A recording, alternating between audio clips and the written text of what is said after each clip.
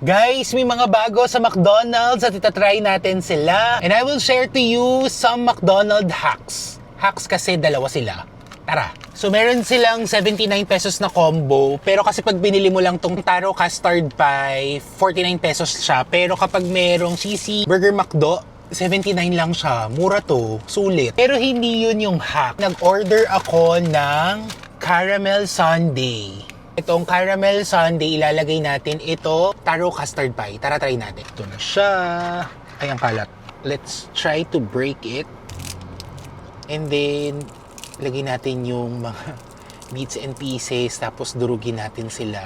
Ilagay natin sila. Try na natin sila. Ooh!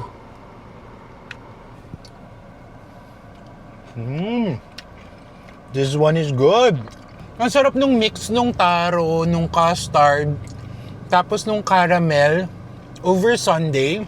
Medyo too sweet, pero yung kind ng sweet na masarap, na satisfying. I think okay to guys. Try nyo to. And the second hack, meron silang combo. They have a plain sundae plus etong chocolaba puff. So this is 79 pesos lang din. Kukunin ko sana yung chocolate hot fudge na sundae.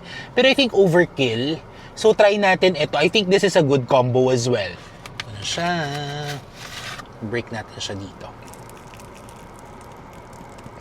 Kalat ah.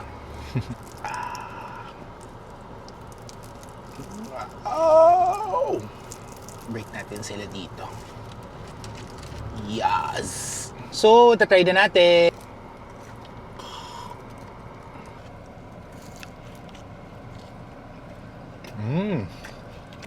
Ang sarap kapag sinawsaw sa ice cream. Chocolatey and creamy.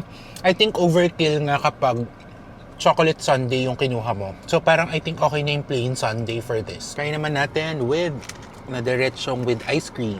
Wow. Ang laki, grabe. Kaya ko ba to?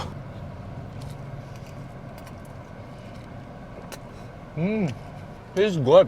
So try nyo na rin guys tong McDonald's hack, then thank me later.